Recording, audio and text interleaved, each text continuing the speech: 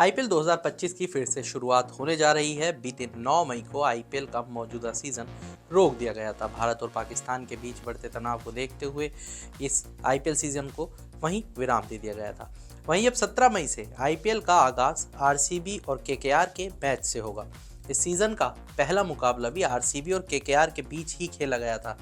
वहीं एक बार फिर ब्रेक के बाद जब आईपीएल 2025 की शुरुआत होने जा रही है तो फिर ये दोनों टीमें आमने सामने होंगी।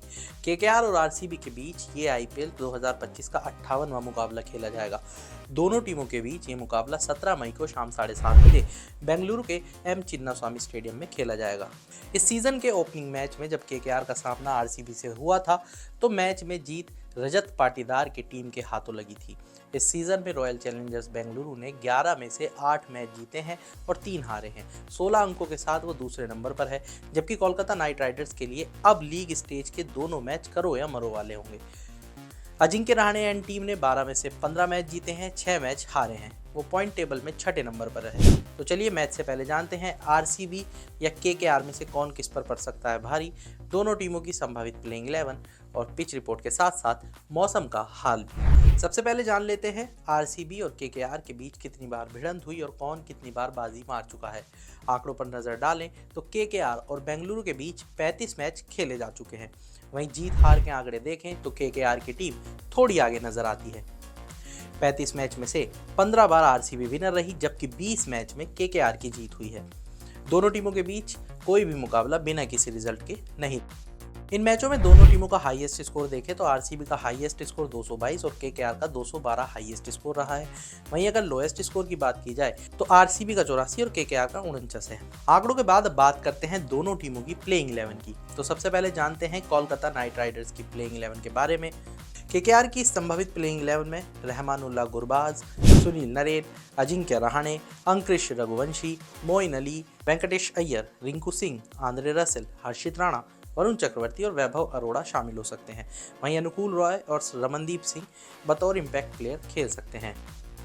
केकेआर की प्लेइंग 11 में कितने बैट्समैन, बॉलर और ऑलराउंडर हैं वो भी जान लेते हैं। Sunil Narine all rounder, wicketkeeper Rahmanullah Gurbaz batsman, कप्तान Ajinkya Rahane batsman, Venkatesh Iyer batsman, Angkrish Raghuvanshi batsman, Rinku Singh batsman, Andre Russell all rounder, Moeen Ali all rounder, Harshit Rana bowler, Varun Chakravarthy bowler, वैभव।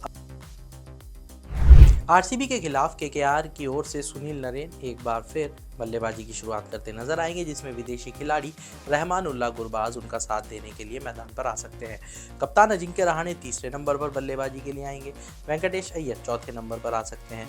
और अब एक नज़र डालते हैं आरसीबी की संभावित प्लेइंग 11 पर, जिसमें Rajat Patidar, Jacob Bethell, Virat Kohli, Jitesh Sharma, Krunal Pandya, Romario Shepherd, Tim David, Bhuvneshwar Kumar, Josh Hazlewood, Yash Dayal और सुयश शर्मा शामिल हो सकते हैं। वहीं इम्पैक्ट प्लेयर के तौर पर देवदत्त पडिक्कल या रसिक सलाम खेल सकते हैं। आईपीएल के पिछले मैच की तरह इस मैच में भी विराट कोहली जैकब बेथेल के साथ पारी की शुरुआत करते नजर आएंगे। पाटीदार नंबर 3 पर बल्लेबाजी करना जारी रखेंगे और नंबर 4 पर आरसीबी जितेश शर्मा को भेज सकती है। आरसीबी की प्लेइंग 11 में कितने बैट्समैन, बॉलर और ऑलराउंडर हैं वो भी जान लेते हैं। Virat Kohli batsman, Jacob Bethell batsman, कप्तान Rajat Patidar batsman, Tim David batsman, wicketkeeper Jitesh Sharma batsman, Krunal Pandya all rounder, Romario Shepherd all rounder, Bhuvneshwar Kumar bowler, Suyash Sharma bowler, Josh Hazlewood bowler, Yash Dayal bowler. तो ये तो हो गई टीम और उसकी प्लेइंग 11 का लेखा जोखा। अब नज़र डालते हैं पिच रिपोर्ट पर। तो बेंगलुरु का एम चिन्नास्वामी स्टेडियम की पिच बल्लेबाजों के लिए अनुकूल मानी जाती है। एम चिन्नास्वामी स्टेडियम में इस सीज़न में खेले गए 5 मुकाबलों में काफ़ी रन बने हैं। इस सीज़न के 5 मुकाबलों में 3 बार 200 का आंकड़ा पार हुआ है। इस स्टेडियम की बाउंड्री काफ़ी छोटी है, जिसके कारण यहाँ रन काफ़ी बनते हैं। आईपीएल 2025 में यहाँ 5 मैच में 3 मैच डिफेंड करने वाली टीम ने अपने नाम किए। इस सीज़न में आरसीबी अपने घर पर केवल 2 ही मुकाबले जीत पाई। एम चिन्नास्वामी स्टेडियम ने अब तक कुल 95 आईपीएल मैचों की मेज़बानी की है। इसमें से 41 में जीत पहले बल्लेबाजी करने वाली टीम के हाथ लगी। यानी साफ है कि टॉस भी इस मैदान पर एक अहम किरदार निभाता है। आरसीबी ने यहाँ 95 मैच खेले, 44 में टीम को जीत मिली और 46 मैचों में हार। यहाँ टीम का एक मैच टाई, 4 मुकाबले बेनतीजा रहे। और अब बात कर लेते हैं वेदर रिपोर्ट की, यानी मौसम के मिजाज की। तो पिछले मैच में यहाँ बारिश ने खलल डाला था, लेकिन बेंगलुरु में 17 मई को अधिकतम तापमान 38 डिग्री और न्यूनतम तापमान 23 डिग्री तक जा सकता है। दिन में बादल ज़रूर आसमान पर दिख सकते हैं, लेकिन शाम तक बारिश की कोई भी आशंका नहीं है। अगर मौसम किसी तरह मुकाबले को ख़राब करता भी है तो दोनों टीमों को एक एक पॉइंट मिलेगा। तो पिच रिपोर्ट भी हो गई, वेदर रिपोर्ट भी हो गई, और अब बात करते हैं प्रेडिक्शन की। और प्रेडिक्शन के लिए हर बार की तरह मैं बुला लेता हूँ अपने साथी कृष्णा को। कृष्णा, वेलकम।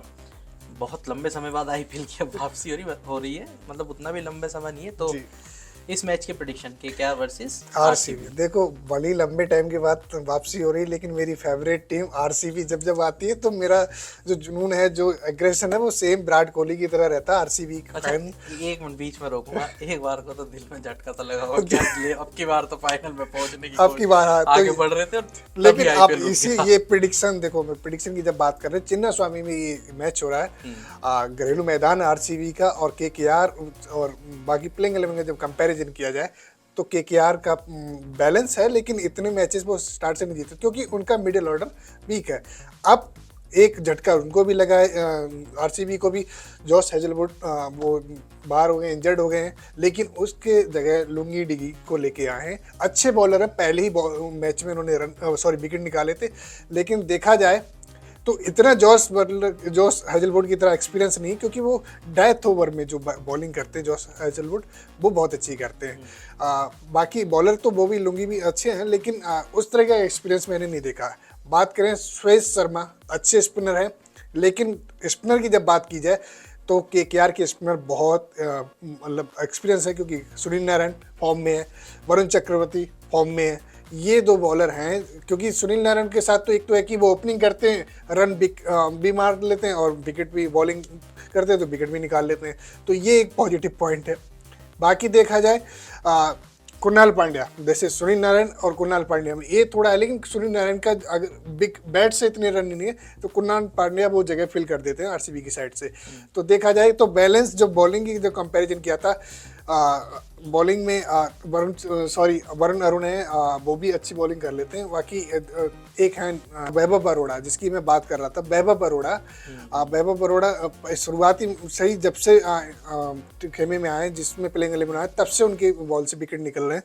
बाकी एक हर्षित राणा, ये बॉलर है जिसने जब से इस केकेआर में आए, खेमे में आए, तब से ही इम्प्रेस किया है केकेआर का खेमे का।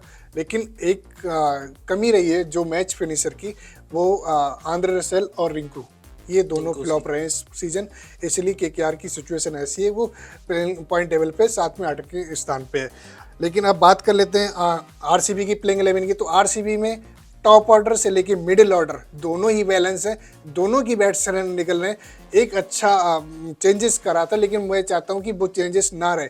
फिलिप सॉल्ट को बाहर किया है, जैकब बैथल को लेके आए, लेकिन उन्होंने पहले मैच में ही रन मारे थे। लेकिन जितना एक्सपीरियंस फिलिप सॉल्ट को है बड़े मैचेस का, मुझे लगता है वो जैकब बैथल का वो वहाँ पर डामाडोल हो सकता है। तो फिलिप सॉल्ट का वापस आना जरूरी है। रोमेरियो शेफर्ड एक अच्छा ऑलराउंडर बाहर किया था, रोमेरियो शेफर्ड जब से आए तब से पहली मैच से इंप्रेस किया था। इतने पावर हिटर, वेस्ट इंडीज का हर सीजन एक ना एक प्लेयर ऐसा रहता है कि वो सारी सुर्खियां बटोर के ले जाता है। तो काली शक्तियां, जिसको हम कहते हैं ना कि काली शक्तियां जग जाती हैं, हर आईपीएल में एक सीजन ऐसा मैचेस रहते हैं जहां वो हीरो बन जाते हैं।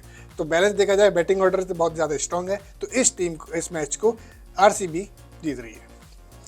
तो जैसे कि कृष्णा ने आपको बताया। अच्छा कृष्णा, एक चीज़ हम बोल रहे हैं, टारगेट, रनों का टारगेट। जी, रनों का टारगेट बात की जाए तो चिन्ना स्वामी स्टेडियम में अगर आरसीबी पहले बैटिंग करने उतरती है तो 240-260 के अराउंड वो टारगेट दे सकती है, क्योंकि 260 अभी बनाया नहीं है आरसीबी ने, लेकिन 240 के लमसम वो पक्का देगी टारगेट। अगर केकेआर पहले बैटिंग करती है तो वो 200 से नीचे ही समेटने की कोशिश करेगी आरसीबी की टीम, और वो आराम से चेज करना है, क्योंकि चेज में विराट कोहली का आंकड़े इतने अच्छे हैं, विराट कोहली के आरसीबी के आंकड़े भी अच्छे हैं चेज करने में, तो वो आसानी से चेज कर सकता है। तो इसलिए ये केकेआर मैच हार रही है, और आरसीबी मुझे लगता है ये मैच जीतने के बाद पॉइंट टेबल में उनके शायद क्वालिफाई भी हो जाए प्ले ऑफ में। जैसा कि कृष्णा ने बताया, आरसीबी फैन ने बताया कि ये मैच आरसीबी जीत रही है, मतलब ये उनकी प्रेडिक्शन है। साथ ही साथ उन्होंने रनों का आंकड़ा भी आपको बताया। आप भी हमें कमेंट करके अपनी प्रेडिक्शन और रनों का टारगेट ज़रूर बताइएगा। तो इस वीडियो में इतना ही, बाकी तमाम बड़ी खबरों के लिए जुड़े रहिए मनी कंट्रोल हिंदी के साथ। आप हमारे यूट्यूब चैनल को सब्सक्राइब करें, फेसबुक पेज को लाइक करें और व्हाट्सएप के जरिए भी आप हमसे जुड़ सकते हैं।